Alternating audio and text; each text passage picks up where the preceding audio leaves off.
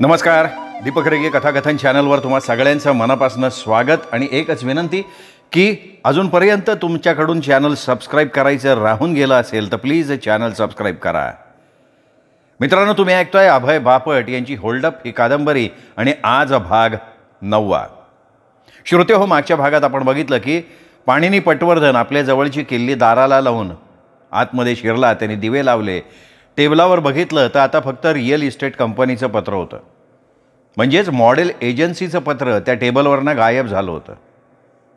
याचाच अर्थ गौतमने ते नेलेलं असावं.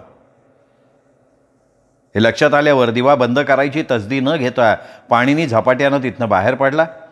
आपल्या मागे दार ओढून बंद केलं. रस्त्यावर सौम्याकडे आला आणि त्याचवेळी सायरन वाजवत पोलिसांची गाडी आली. पाणिनींनी सौम्याला पटकन बाजूच्या गल्लीत नेलं.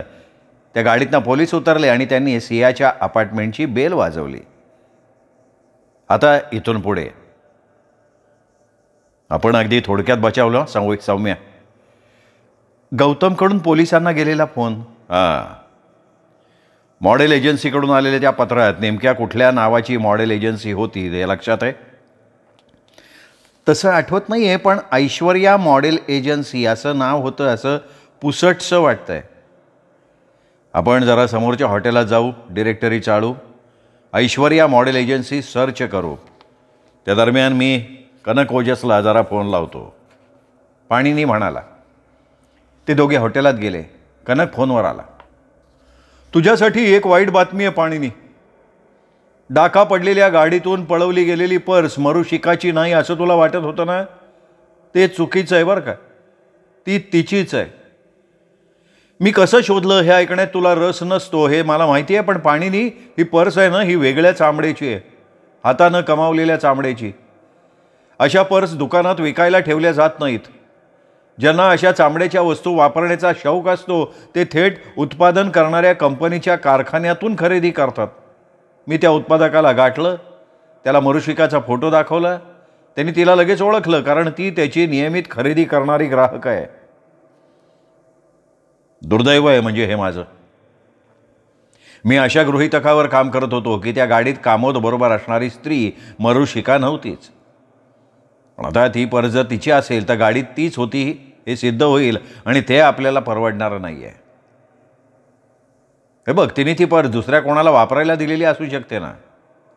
ती शक्यता फार कमी आहे रे. बायका आपली पर्स दुसऱ्या बाईला देत असतील उधार म्हणून असं मला नाही वाटत. बरं, तुला दिलेल्या दुसऱ्या कामाचं काय झालं? म्हणजे कामोदला मैत्रिणी वगैरे आहेत का? त्याचा काही लफडा आहे का? नाही, त्याला कोणी मैत्रिणी नाहीत. अत्यंत एकलकोंडा माणूस आहे तो. विधूर आहे, श्रीमंत विधूर. मनात आणलं तर तो कुठल्याही बाईला फिरवू शकतो आणि त्या प्रसंगी त्याच्याबरोबर कोण बाई असती तर त्यांनी ते नाकारायचं काही कारणही नाही त्याला. हां, पण ती बाई जर विवाहित असेल आणि तिचा नवरा, हे बघ पाणिनी, तुझा हा विचार एक शक्यता म्हणून ठीक आहे. म्हणजे त्याच्याबरोबर कोणीतरी विवाहित स्त्री असेल आणि तिने मरुशिकाची पर्स घेतली असेल. हे बापरे, फार एक कमी आहे बरं का याची शक्यता. तुझ्या भडीमारापुढे मरुशिकाचा उडालेला गोंधळ, तपशील देताना तिची उडालेली तारांबळ, याचं दुसरंच काहीतरी कारण असावं की ज्याचा तपशील देण्याचं धैर्य तिच्यामध्ये नव्हतं. तू तुझं काम चालू ठेव कनक. पाणिनी, तुला माझा सल्ला आहे, हे सगळं थांबव. अनाठाई खर्च करत सुटलायस तू. त्याचे पैसे द्यायला तुझं अशील सक्षम नाही आहे. हे बघ, किमान अजून 1 आठवडा तरी चालू ठेव कनक. मला सोमवारी कोर्टात काहीही करून. ठीक आहे पाणिनी, तू हट्टी आहेस. मला काय रे, मी तुला बिल लावणारच आहे. कनक ओजस म्हणाला. त्यांनी फोन कट करून टाकला. काय झालं सर? सौम्यानं विचारलं. पाणिनीने तिला सगळी हकीकत सांगितली. तुला त्या मॉडेल एजन्सीबद्दल डिरेक्टरीमध्ये काही सापडलं? सौम्याने नकारार्थी मान हलवली. आपण दोघांनी मिळून इथली सगळी वर्तमानपत्र वाचून काढू. त्यातल्या छोट्या जाहिराती खास करून, म्हणजे सौंदर्य स्पर्धा, वॉन्टेडच्या जाहिराती वगैरे वगैरे. बघू, नशीब असेल तर सापडेल. पुढचा अर्धा तास त्यांनी जवळजवळ तिथे ठेवलेली सगळीच्या सगळी वर्तमानपत्र चाळून काढली. शेवटी सौम्याचं नशीब फळफळलं. सर, हे बघा. तिने पाणिनीला जाहिरात दाखवली. पाहिजेत 21 ते 29 वयोगटातल्या आकर्षक युवती, प्रवासाची आणि साहसाची आवड असलेल्या, मॉडेल म्हणून रोजगार मिळवण्याची इच्छा असणाऱ्या, परदेशी मालकीच्या स्टीमशिप, विमान आणि अशा इतर ठिकाणी काम करू शकणाऱ्या, फोटोग्राफीसाठी मॉडेल. अर्जदार साधारणपणे सरासरी वयाचे असावेत, पण दिसायला आकर्षक, खूप लठ्ठ नाही, खूप बारीक नाही, खूप उंच नाही, खूप बुटक्या नाहीत, सरासरी दिसायला चालणार. अर्ज करा. Aishwarya modelling agency, post box number 6791. म्हणजे या जाहिरातीला सिया माथुरने अर्ज पाठवलेला असावा आणि त्याला उद्देशून तिला उत्तर आलेलं असावं, जे आपण तिच्या टेबलवर पाहिलं. मरुशिकानं तेच पत्र आणायला गौतमला पुन्हा पाठवलेलं असावं. पण ते पत्र एवढं महत्त्वाचं का असावं, तेच आपल्याला कळावं अशी माझी इच्छा आहे ना. पाणिनी म्हणाला आणि ते तिथनं बाहेर पडले. दुसऱ्या दिवशी कनकला पाणिनीने विचारलं, गौतम पिसेची माहिती मिळाली का कनक? अरे तो माणूस बोगस आहे. तू दिलेल्या लायसनवरनं मी सातपाडीमधला पत्ता शोधला, तो अस्तित्वातच नाही आहे. यावरून असं दिसतं आहे की त्याच्याकडे 2 लायसन्स असावीत, खऱ्या नाव पत्त्याची आणि खोट्या नावाची. पण मला तो माणूस हवा आहे, काहीही झालं तरी. तो तुझ्याबरोबर होता तेव्हा तू मला फोन केला असतास ना, तर मी माझ्या विलासपूरच्या एजन्सीमार्फत त्याला ताब्यातच घेतला असता. अरे तेवढी तातडीची हालचाल दोघांनाही शक्य झाली नसती त्यावेळी. जाऊ दे कनक, ऐश्वर्या मॉडेलिंग एजन्सीच्या त्या पोस्टबॉक्स नंबरवर तू तपास केलास? हो केला, पण फारसं काही समजलं नाही. त्या बॉक्समध्ये जे येऊन पडतं ना, ते एका पाकिटात टाकलं जातं आणि ते पाकिट न्यायला एक माणूस अधनंमधनं येतो. तोच त्या वर्तमानपत्राला जाहिरातीचे पैसे चुकते करतो, निघून जातो. मी सौम्याला आणि मृदगंधाला त्या जाहिरातीला प्रतिसाद म्हणून अर्ज करायला लावणार आहे. तू तुझ्या काही स्त्री गुप्तहेरांना पण अर्ज करायला लाव. त्यातल्या एखाद्या अर्जाचा तरी स्वीकार होईल. आणखीन तुला काय हवं आहे माझ्याकडनं? कोर्टात काय करणार आहेस तू नेमकं? नाही, अजून काही ठरवलं नाही, पण प्रत्येक तांत्रिक मुद्द्याचा फायदा उठवणार मी. सरकारी वकील जसजशी आपली खेळी खेळत जातील तसतसे मला त्यांच्या हातातले पत्ते समजत जातील आणि मग मी बरोबर माझं जाळं टाकत जाईन. न्यायाधीशांना मासेमारी आवडत नाही पाणिनी. त्यांना प्रत्येक गोष्ट पुराव्यानं सिद्ध व्हायला हवी असते. त्यांना मासे पकडायचं जाळं आवडत नसेल तर मी गळ टाकून बसीन कनक. पण मला ज्या क्षणी जाणवेल की गळाला लावलेल्या आमिषाला मासा लागलाय, त्या क्षणाला मी काठीला असा काही झटका देईन की मासा कित्येक मीटर उंच उडून माझ्या टोपलीत पडेल. तुला गळ मिळाला तर? कनक ओजस खडूसपणे म्हणाला. अरे सिया माथुरचं काय, तीच गळ आहे ना माझा. मी हॉस्पिटलमध्ये जाऊन तिला बघून आलो. ती तीच आहे पाणिनी, जिला मी साक्ष देण्यासाठी तुझ्या ऑफिसात बसवून ठेवलं होतं. क्या बात आहे. तब्येत कशी तिची आता? शुद्धीवर आली आहे ती, सुधारती आहे तिची तब्येत. तिचा नवरा त्याच्या डॉक्टरना घेऊन आला. डॉक्टर डोळे नवऱ्यानी आणि आईनी डॉक्टर सुचिष्मंतना चांगलंच झापडून काढलेलं आहे. तिचा कोण आलाय म्हणाला तू? पाणिनी जवळजवळ ओरडलाच. अरे ओरडायला काय झालंय? तिचा नवरा आलाय, तिची आई आली आहे. फार तमाशा केला त्या लोकांनी. डॉक्टर सुचिष्मंतना बोलण्यासारखं काही राहिलंच नव्हतं. त्यांनी सांगितलं की मला वॉचमनचा फोन आला की एका फ्लॅटमध्ये एक स्त्री बेशुद्ध पडली आहे, म्हणून मी आलो आणि तिला इथे घेऊन आलो. वॉचमननं ते अर्थात नाकारलं. डॉक्टर म्हणाले कोण बोलतं याची खात्री करण्यापेक्षा कोणाचा तरी जीव वाचवणं महत्त्वाचं होतं, म्हणून मी आलो. पुढे फार विषय वाढू नये म्हणून त्यांच्या डॉक्टरांच्या आणि नातलगांच्या हातात तिला सोपवून त्यांनी काढता पाय घेतला तिथनं. त्यांनी तिला आता विसावा नावाच्या नर्सिंग होममध्ये ठेवलं आहे. मला नाही वाटत तर ते डोळे डॉक्टर तिला कोणाला भेटू देतील किंवा कोर्टात येऊ देतील. तिला काही झालेलं नाही आहे रे. काळजी करू नको पाणिनी. डॉक्टर डोळे हे निष्ठेनं आणि तत्वानं प्रॅक्टिस करणार आहेत. शिवाय तिचा नवरा आणि तिची आई तिच्याबरोबर आहेत. सियाला तू भेटून आलास तर मग तिच्या अपार्टमेंटमधनं ॲम्ब्युलन्समधल्या माणसांनी कुणाला नेलंय कनक? त्याची माहिती घेतली मी. ॲम्ब्युलन्समधली माणसं 3ऱ्या मजल्यापर्यंत पोचली पण नाहीत. ज्या स्त्रीला त्यांनी नेलं ती त्यांना लिफ्टमध्ये दिसली. मग त्या मुलीचं काय झालं? जरा धीर धर की पाणिनी. कालच मी या सगळ्याची माहिती काढायला घेतली आहे. माझा अंदाज आहे की ज्या मुलीला ॲम्ब्युलन्समधली माणसं घेऊन गेली त्यांना वाटेत लक्षात आलं असावं की ही मुलगी प्यायलेली आहे आणि त्यांनी तिला वाटेत सोडून दिलं असावं. पाणिनी तुला एक सांगतो, डॉक्टर डोळेंच्या पेशंटवर पोलीस लक्ष ठेवून आहेत. शिवाय ते विसावा नर्सिंग होम प्रख्यात आहे. तिथली एक नर्स माझ्या एका स्त्री गुप्तहेराची मैत्रीण आहे. नर्सनी तिला सांगितलं की ती सुधारती आहे, पण ती नर्वस आहे. साक्ष द्यायला तिची इच्छा नाही, काही ना काही कारणानं. म्हणूनच ती तेव्हासुद्धा नाहीशी झालेली होती, हे लक्षात घे. पण पाणिनी, मी खात्री देतो की ती सिया माथुरच आहे. नाही तरीही मला वाटतंय की 2 वेगळ्या मुली असाव्यात. अरे पण ही मुलगी सिया माथुर आहे पाणिनी, जिला मी साक्षीसाठी आणलं होतं आणि जिला मी भेटून आलोय हॉस्पिटलमध्ये. पण ती कोर्टात येणार नाही हे नक्की आहे. हे बघ, 20वा नर्सिंग होम बाहेर तुझी माणसं ठेव आणि डॉक्टर डोळे यांची ही सगळी माहिती काढ. सिया कुठल्याही परिस्थितीत तिथून निघून जाता कामा नये. पाणिनी पटवर्धनचं म्हणणं कनकला पटलेलं नाही हे त्याच्या चेहऱ्यावरून दिसत होतं. हे बघ, शेवटी तुझी केस आहे, पैसा तुझा आहे पाणिनी, कनक म्हणाला. 10 वाजता कोर्ट चालू झालं तेव्हा आधीच्या आठवड्यातल्या घडामोडींचे परिणाम जाणवायला लागले होते. पाणिनी उठून उभा राहिला. माझी कोर्टाला विनंती आहे की जो माणूस साक्षीदार नसेल तर तो या कोर्टात हजर राहू नये. आणि ज्या साक्षीदारांच्या साक्षी आधीच होऊन गेले त्यांचं काय? सरकारी वकील आरुष काणेकर म्हणाला. तुम्ही जर खात्री देत असाल की त्या साक्षीदारांना पुन्हा साक्ष देण्यासाठी पाचारण केलं जाणार नाही तर त्यांनी इथे बसायला हरकत नाही. थोडक्यात, साक्ष होऊन सुद्धा कोर्टात बसणाऱ्यांना मी पुन्हा साक्षीला बोलावू देणार नाही, पाणिनी स्पष्टपणे म्हणाला. ठीक आहे. तर बघा, ज्यांना साक्षीला बोलवलं जाणार आहे ते सगळे लोक कोर्टाच्या बाहेर बसतील. फक्त साक्षीपुरतं त्यांना आज बोलवलं आहे. मागच्या तारखेला मरुशिका मतकरी यांची उलट तपासणी चालू होती.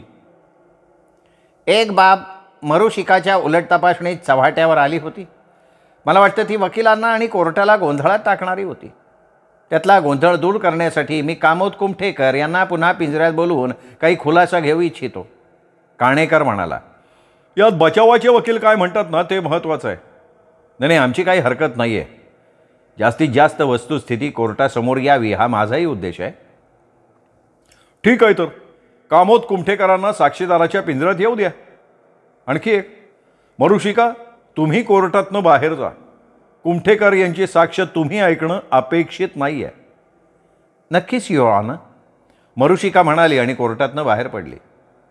चालताना तिला जाणीव होती की आपल्याकडे कोर्टातल्या सगळ्यांचं लक्ष आहे. कामोद कुमठेकरनं पिंजऱ्यात प्रवेश केला. आरुष काणेकर त्याच्याजवळ गेला. मी तुम्हाला दरोड्याचा प्रसंग आठवायला सांगणार आहे. हो सर. गाडीचा दरवाजा उघडून जेव्हा आरोपीनं तुमच्या डोक्याला बंदूक लावली तेव्हा तुम्ही काय केलं ते कोर्टाला सांगा. मी नुकतीच ओठात सिगरेट ठेवली होती. गाडीतला लायटर काढून हातात घेतला होता. तो पेटला तेव्हा मी तो सिगरेटला लावायला गेलो. त्याच क्षणी आरोपीनं माझ्या डोक्याला बंदूक लावली आणि हात वर करा म्हणून दम भरला. मी हात वर केला, त्या गडबडीत लायटर माझ्या हातातून निसटून खाली पडला. पण तेव्हा मला अंदाज नाही आला. नंतर बघितलं तर तो सीटवर पडला आणि या गडबडीत सीट कव्हरला भोग पडलं. पुरावा क्रमांक 5 मध्ये दाखवलेलं हातातला फोटो त्याला दाखवत आरुष काणेकर म्हणाला. हो, बरोबर आहे सर. नंतर काय केलं तू? आरोपी आमच्या वस्तू पैसे घेऊन गेल्यानंतर मी तो लायटर उचलला, जाग्यावर ठेवून दिला. थँक्स. मला एवढी एकच गोष्ट स्पष्ट करून घ्यायची होती. तुमच्या समारोपाच्या भाषणाच्या वेळी बोलण्यासाठी हे राखून ठेवा, एरंडे म्हणाले. कुमठेकर पिंजऱ्यातनं बाहेर निघाला. एक मिनिट मिस्टर कामोद, मलाही एखाद दुसरा प्रश्न विचारायचा आहे, पाणिनी म्हणाला. अगदी काही हरकत नाही विचारायला, काणेकर म्हणाला. जणू काही पाणिनी पटवर्धनला कोणतीही मोकळीक द्यायला त्यांची तयारी होती. आता तुझी उत्तरं दिलीस त्याची चर्चा तू कोणाबरोबर तरी केली होतीस आठवड्यापूर्वी, पाणिनीने विचारलं. उत्तर पाठ केलेला प्रश्न परीक्षेत आला तर जो आनंद होतो तसा त्याच्या चेहऱ्यावर आला. आरुष काणेकरांनी मला सांगितलं की जे प्रत्यक्षात घडलं दरोड्याच्या वेळी ते तसंच सांगायचं मी, आणि मी त्यांना ते सांगितलं. मग शुक्रवारी कोर्टात साक्ष देताना तू हे का नाही सांगितलंस? तर मला त्यावेळी कोणी विचारलंच नाही ना. तसं असं तर घडलं नाही ना की काणेकरांनी तुम्हाला सांगितलं की तुमची गाडी चौकात उभी असताना काय घडलं याचं वर्णन करावंस? हो, आणि मग तू सुटलास आपला वर्णन करत, नाही का? थांबा. त्यामुळे अशा प्रकारे साक्षीदाराला हैराण करायला माझी हरकत आहे. सरकारी वकील जोरात ओरडला. जर पाणिनी पटवर्धनना जुनं रेकॉर्ड आणि साक्षीदाराची आत्ताची उत्तरं यातली विसंगती दाखवायची असेल तर प्रथम त्यांनी जुनं रेकॉर्ड दाखवावं आणि विसंगतीबद्दल खुलासा करायची संधी त्याला द्यावी. आरुष काणेकर आपलं बोलणं थांबवून न्यायाधीशांच्या निर्णयाची वाट बघत उभा राहिला. पाणिनी पटवर्धन हसला. अशी परिस्थिती उद्भवेल याचा अंदाज करून मी आधीच या कोर्टाच्या क्लार्ककडून साक्षीदारानं याच प्रश्नाला पूर्वीच्या साक्षीच्या वेळी काय उत्तर दिलंय याची प्रत आधीच माझ्या खिशात तयार ठेवली आहे. I object. आरुष पुन्हा ओरडला. अशी परिस्थिती उद्भवेल याचा अंदाज घेतल्याची बचावाच्या वकिलांनी जी माहिती दिली त्याला माझी हरकत आहे. तुमचा प्रश्न बदलून विचार पटवर्धन.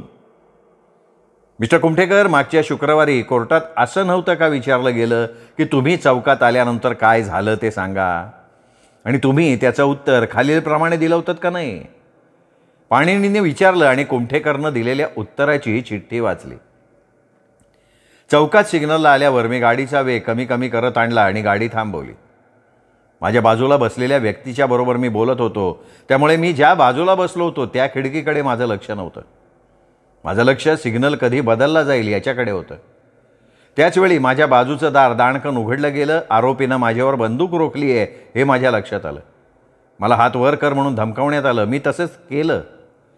आरोपीनं लगेच माझ्या कोटाच्या खिशात हात घालून माझं पाकीट बाहेर काढलं, माझी हिऱ्याची टायपिन हिसकावून घेतली आणि नंतर माझ्या अंगावरून पुढे वाकून माझ्या बाजूला बसलेल्या सहकार्याची पर्स सोडून घेतली आणि लाथेनं दार बंद केलं. हे सगळं इतक्या वेगात घडलं की काय चाललंय हे समजेपर्यंत सगळं संपलं. प्रश्न, नंतर काय झालं? उत्तर, मी अगदी स्पष्टपणे आरोपीला रस्त्यावरनं त्याच्या गाडीच्या दिशेनं पळून जाताना पाहिलं. गाडीचं तोंड विरुद्ध दिशेला होतं, दिवे लावलेले होते, गाडीचं इंजिन बहुतेक चालू ठेवलं होतं कारण आरोपी पटकन गाडीत चढला आणि त्या क्षणी गाडी लगेच उडी मारल्यासारखी भरधाव सुटली. पुढचा प्रश्न, आरोपी चालवत असलेली गाडी बघायची संधी तुम्हाला मिळाली का? उत्तर, मला मिळाली संधी. ती करड्या रंगाची गाडी होती.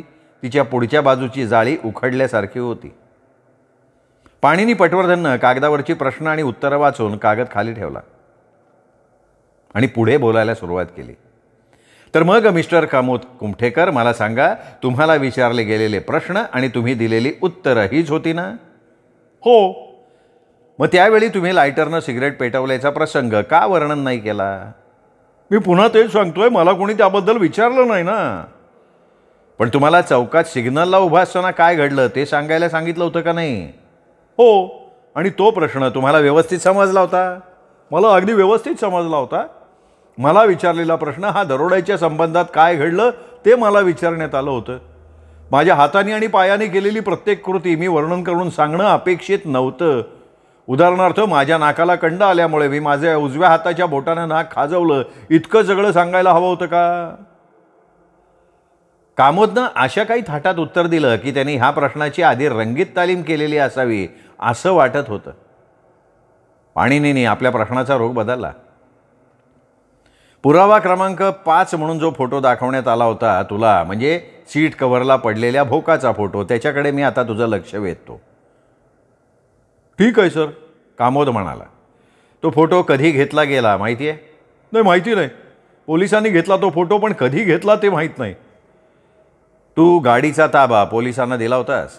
हो, त्यांनी सुचवलं की त्यावरचे ठसे मिळवावे लागतील. ह्या आरोपीचे ठसे त्या दारावर असतील. कधी दिलीस गाडी त्यांच्या ताब्यात? दरोडा पडल्यानंतरच्या सकाळी. ती परत कधी मिळाली? त्याच दिवशी संध्याकाळी. तू त्यांच्या ताब्यात गाडी दिलीस तेव्हा सीट कव्हरला भोक पडलेलं होतं याची तुला जाणीव होती? हो, होती. भोक कधी पडलं ते तुला माहिती आहे? दरोड्याच्या वेळी. त्याआधी नक्की नाही? नाही, नक्कीच नाही. खात्री आहे तुझी? 100%. मग जेव्हा तू सिगरेट ओढण्यासाठी तुझी सिगरेट केस उघडलीस तेव्हा तुझ्या बाजूला बसलेल्या व्यक्तीला सिगरेट देऊ केलीस? म्हणजे मरुशिकाला? तुझ्या शेजारणीला.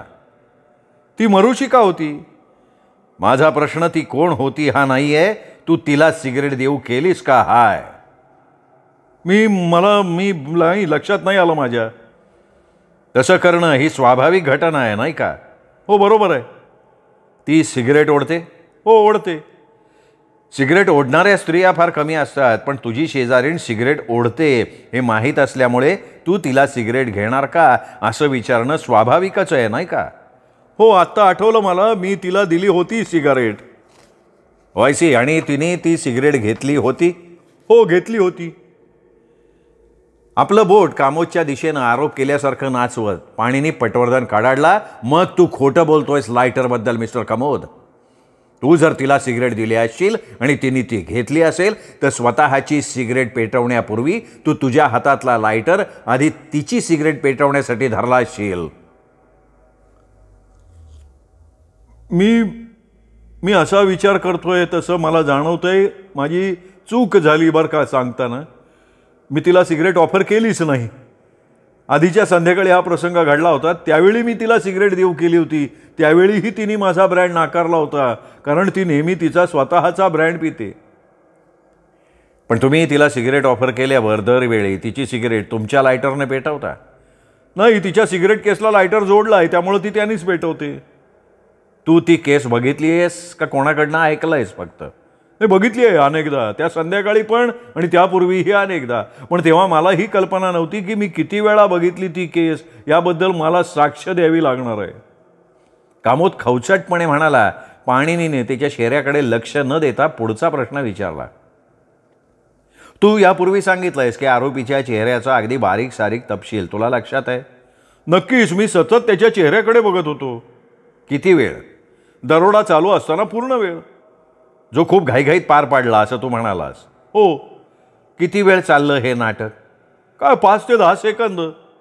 5 ते 10 सेकंदांपेक्षा जास्त नक्कीच नाही? हो, तेवढंच हो. आणि ती पूर्ण 10 सेकंद तू त्याच्या तोंडाकडे बघत होतास? अर्थात, म्हणूनच मिस्टर पटवर्धन, माझ्या हातून लायटर पडणं, त्यामुळे सीट कव्हरला भोग पडणं, ह्या गोष्टींकडे लक्ष नाही गेलं माझं. आरोपींनी तुझ्या कोटाच्या खिशात हात घालून तुझं पाकिट खेचलं? हो. आणि मग ते त्यांनी स्वतःच्या खिशात टाकलं? हो. त्यानंतर त्यांनी तुझ्या टायची हिऱ्याची पिन खेचून काढली? हो. आणि त्याच्यानंतर तुझ्या पलीकडे बसलेल्या तुझ्या साथीदाराची पर्स त्यांनी घेतली? हो, मरुशिकाची पर्स. तू तुझं पाकिट कोटाच्या आतल्या डाव्या खिशात ठेवलं होतंस? हो. कोट उघडा ठेवायची सवय आहे तुला? कोणी सांगितलं तुम्हाला? मी नेहमी बटणं लावलेली असतात. तर मग तुझं पाकिट काढण्यासाठी त्याला कोटाच्या गळ्याजवळच्या ठिकाणी हात घालून पाकिट काढावं लागला असेल ना? हो.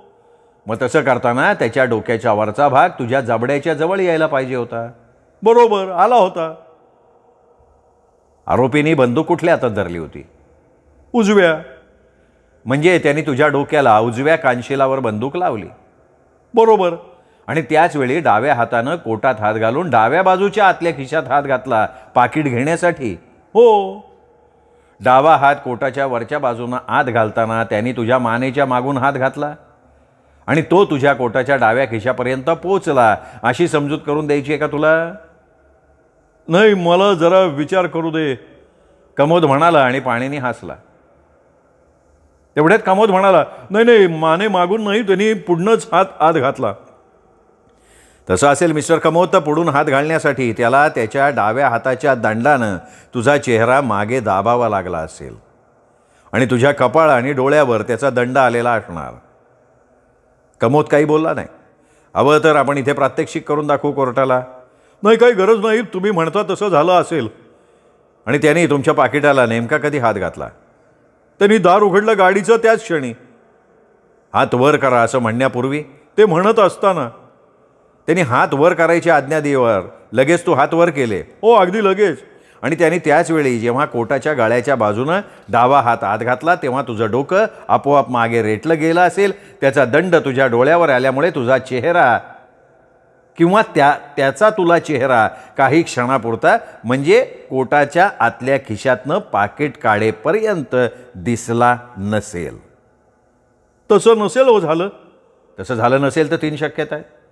एक म्हणजे तुझी गाडी लेफ्ट हँड ड्राईव्ह असावी, त्यामुळे आरोपीनं उजव्या हातात बंदूक घेऊन तुमच्या डाव्या कांचेनावर टेकून डाव्या हातानं कोटाच्या गळ्याजवळून डावा हात आत घालून पाकिट बाहेर काढलं असलं पाहिजे. किंवा दुसरं म्हणजे तुमची गाडी राईट हँड ड्राईव्ह असेल तर आरोपी डावखोरा असला पाहिजे, म्हणजे त्याने डाव्या हातात बंदूक धरली असली पाहिजे आणि उजवा हात कोटाच्या गळ्याजवळून आत घातला पाहिजे. तिसरी शक्यता ही की तुम्ही ड्रायव्हिंग व्हीलवर नसून तुमची सहाय्यक स्त्री ड्रायव्हिंग व्हीलवर बसलेली असली पाहिजे. या 3 शक्यता असतील तरच आणि तरच आरोपीच्या हातचा अडथळा तुमच्या डोळ्यांवर न येता तुम्ही त्याचा चेहरा बघू शकत होता. बरोबर आहे का? साक्षीदार चांगला पेचात पडला. गाडी मी चालवत होतो आणि गाडी राईट हँड ड्राईव्ह आहे. कमोद हाताश होऊन म्हणाला. आणि आरोपी सुद्धा राईट हँडेड आहे म्हणजे डावखोरा नाही आहे. आणि मी व्यावहारिक दृष्टीनं आत्ता इथेच आणि शास्त्रीय दृष्टीनं त्याची तपासणी करून घेऊन सिद्ध करू शकतो. पाणिनीनं आरुष कणेकरला आव्हान देत म्हटलं. न्यायाधीशांच्या चेहऱ्यावर स्मित उमटलं. त्यांनी पाणिनीचा मुद्दा लिहून घेतला. आता हीच गोष्ट तुझ्या टायपिनबाबत आणि शेजारी बसलेल्या तुझ्या स्त्री साथीदाराच्या पर्सबाबत. म्हणजे उजव्या हातानं तुझ्या उजव्या कानशिलावर बंदूक टेकवलेली असताना डाव्या हातानं तुझी टायपिन खेचताना आणि शेजारणीची पर्स सोडताना आरोपीचे खांदे आणि दंड तुझ्या डोळ्यासमोर आल्याशिवाय त्याला हे करणं शक्यच नाही. आता आपण या सगळ्याला लागलेला वेळ बघू. या 3ही वस्तू घ्यायला कमीत कमी किती वेळ प्रत्येक हालचालीला लागला असेल आणि जास्तीत जास्त किती लागला असेल? काय पाकिट काढायला 4 ते 5 सेकंद, कमोद म्हणाला. आणि टायपिन पर्ससाठी प्रत्येकी 3 ते 4 सेकंद. त्यानंतर आरोपीने त्या वस्तू ताब्यात घेतल्या, गाडीचं दार लावलं आणि त्यावेळी त्याच्या हातात बंदूक होती? हो होती. किती वेळ लागला दार लावायला? काय 1 का 2 सेकंद. म्हणजे जास्तीत जास्त 10 ते 12 सेकंदात हे नाट्य घडलं. आणि त्यावेळे तू पूर्णपणे आरोपीकडे बघत होतास असं तुझं म्हणणं आहे. पण आत्ताच आपण बघितलं त्यानुसार पहिल्या 3ही वस्तू उचलताना तुला आरोपीचा चेहरा दिसणं शक्यच नव्हतं. त्याआधीसुद्धा म्हणजे दरोडा प्रक्रिया सुरू व्हायच्या वेळी आरोपीनं दार उघडताना तुला हात वर करा अशी आज्ञा दिली. त्यावेळीसुद्धा तू त्याला बघत नव्हतास कारण तुझं लक्ष तेव्हा सिग्नलकडे होतं असं तूच साक्षीत सांगितलंयस. म्हणजे दरोडा संपल्यानंतर आरोपी दार बंद करताना तुला सेकंदभर दिसला असेल, तो सुद्धा समोरनं नाही तर एका बाजूनं. मला नाही तसं वाटत. ठीक आहे, आपण मगाशी प्रश्नोत्तर क्लार्कला पुन्हा वाचायला लावू. तू प्रत्येक सेकंदाचा हिशोब आठवून बघ. मिस्टर पटवर्धन, हे सगळं इतकं झटपट घडलं ना की मला तुम्ही म्हणता तसं नेमकेपणानं सेकंदाचा हिशोब नाही देता येणार. तेच तर म्हणायचं आहे ना मला. दरोडा एवढा झटपट घडला की तुझ्यासमोर आरोपीचा चेहरा फार कमी वेळ आला. पण पोलिसांशी बोलून आणि आरोपीचा फोटो बघून तू तुझ्या मनाची समजूत करून घेतली आहेस की तुमच्यावर दरोडा घालणारा माणूस म्हणजे हा आरोपी आहे. नाही तसं नाही आहे, मी बरोबर ओळखलंय. मग पुन्हा आपण गुन्हा घडला त्या रात्रीकडे वळू. ठीक आहे. तुम्ही हातात लायटर धरून त्याला सिगरेटचं टोक लावलं, त्यावेळी तुमचं लक्ष सिग्नलच्या दिव्याकडेही होतं? हो, जरासं तसंच काहीचं. तुमची नजर पेटलेल्या लायटरकडे होती का सिग्नलच्या लाल दिव्याकडे होती? खास करून सिग्नलच्या लाल दिव्याकडे. आणि तो लाल दिवा खूप प्रखर आहे ना? त्या सिग्नलच्या अगदी जवळ नियॉनची प्रखर अशी जाहिरात आहे, हो की नाही? हो बरोबर. त्यामुळे तुमच्या डोळ्यांना प्रखर दिव्याची सवय झाली होती. आणि तुझी गाडी जिथे सिग्नलला उभी होती तिथे तुलनेनं अंधार होता. हो. आणि या प्रखर दिव्याची सवय झालेल्या डोळ्यांनी थोड्या अंधारलेल्या जागेवर उभा असलेला आरोपी तू जेमतेम 1 सेकंदभर पाहिलास. तुम्हाला तसं वाटतं येतं तसं. मला किंवा आणखीन कोणाला काय वाटतंय ते सांगू नका. तुमच्या पुढे मी नियॉनची, लाल सिग्नलची आणि लायटरच्या प्रखर उजेडाची जी वस्तुस्थिती मांडली आहे आणि त्या तुलनेत गाडी उभी असलेल्या ठिकाणी जी अंधाराची स्थिती असल्याचं सांगितलं आहे ते बरोबर आहे का चूक आहे ते सांगा. आणि तुम्ही आरोपीला 1 सेकंदापेक्षा जास्त बघू शकला नाहीत हे खरं आहे का नाही सांगा. हो. त्या गाडीच्या पुढच्या भागाला पोचा आला होता, जाळी उजव्या बाजूनं तुटली होती? हो. तुम्ही दक्षिणेकडे चालला होतात? हो. आणि आरोपीच्या गाडीचं तोंड उत्तरेकडे होतं? बरोबर. तिथून तुम्हाला ती तुटकी जाळी बरोबर दिसत होती? नाही, तिथून नाही. जेव्हा तो गाडीत बसून निघून जात होता तेव्हा त्यांनी गाडी भरकन वळवल्यावर मला ते दिसलं. मी गाडी ओळखायच्या दृष्टीनं काही वेगळं वैशिष्ट्य दिसतं का यावर लक्ष ठेवून होतो. त्यानंतर ती गाडी तुम्ही पुन्हा पाहिली? हो, पोलीस चौकीत काल. ओळखलीत? हो, तीच गाडी होती ती. पण मग खुनाच्या रात्री पोलिसांना खबर देताना त्या तुटलेल्या जाळीबद्दल सांगितलं नाही हो तुम्ही? नाही, त्यावेळी मी मानसिकदृष्ट्या हादरलो होतो, त्यामुळे त्या रात्री मी सांगितलं नाही, पण दुसऱ्या दिवशी बोललो. That's all. मला एकच प्रश्न फेरतपासणीत विचारायचा आहे, युअर ऑनर. सरकारी वकील आरुष काणेकर उठून म्हणाला. न्यायाधीशांनी मान डोलावली. मिस्टर कामत, पाणिनी पटवर्धन यांनी सेकंदाचा हिशोब तुला विचारून आणि प्रखर दिव्याचा मुद्दा काढून तुझा कितीही गोंधळ करायचा प्रयत्न केला तरी आरोपीला ओळखण्या एवढा वेळ? तुम्ही आरोपीला बघितलं होतं हे तुम्ही ठामपणे सांगू शकता ना? आरुष काणेकरनं विचारलं. कामोदनं उत्तर द्यायच्या आत पाणिनी उठून उभा राहिला आणि ओरडला, ऑब्जेक्शन. माझी जोरदार हरकत आहे, कारण हा प्रश्न सूचक आहे. म्हणजे साक्षीदारानं काय उत्तर द्यावं हे साक्षीदाराला सुचवणार आहे. सोस्टेंड. न्यायमूर्ती एरंडे म्हणाले. आरुष आनंदानं हसला. त्याचं काम झालं होतं. पाणिनी पटवर्धनची हरकत जरी कोर्टानं मान्य केली असली तरी आरुष काणेकरना काय उत्तर हवं हे कामोदनं बरोबर ओळखलं आणि तो म्हणाला, दरोडा टाकणारा माणूस म्हणजे आरोपी इनामदार हाच होता. पटवर्धन, तुम्हाला विचारायचं आहे? नाही, काही नाही युअर ऑनर. मला जे सिद्ध करायचं होतं ते सिद्ध झालं आहे. फेर तपासणीत पुन्हा साक्षीदाराला प्रश्न विचारून आपल्याला हवं ते काढून घ्यायचा प्रकार म्हणजे नापास झालेल्या मुलाला सोपा प्रश्न विचारून पुन्हा पास करण्याचा केविलवाणा प्रयत्न मिस्टर काणेकरांनी केला आहे. मित्रांनो, हा 9वा भाग इथेच संपला. 10वा भाग उद्या. तोपर्यंत नमस्कार मित्र.